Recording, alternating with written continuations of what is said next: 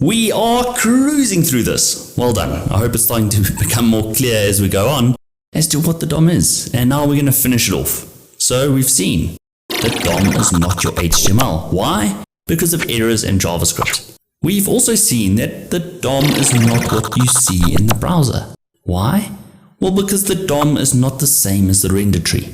And now, after these 2 points, you might be thinking, okay, Clyde, what is the DOM? Is it what we see in DevTools when we open up DevTools and we look at the Elements tab? Is that the DOM? And strictly speaking, it's not what's in DevTools. It's not the DOM.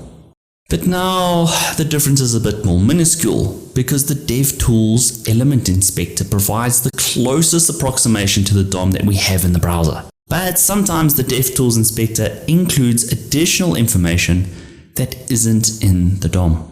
And what is the best example of this? Well, let's do a quick example looking at the CSS pseudo elements, the before and after.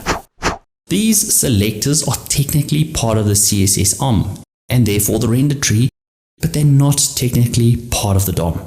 And this is because the DOM is built or has to be built from a definition point of view from the source HTML document alone, not including the styles applied to the element. But in the example we're going to go through now, you'll see that despite the fact that pseudo elements are strictly speaking not part of the DOM, we will see them in our DevTools Element Inspector. But enough said, let's hop over to the coding editor and let's get coding.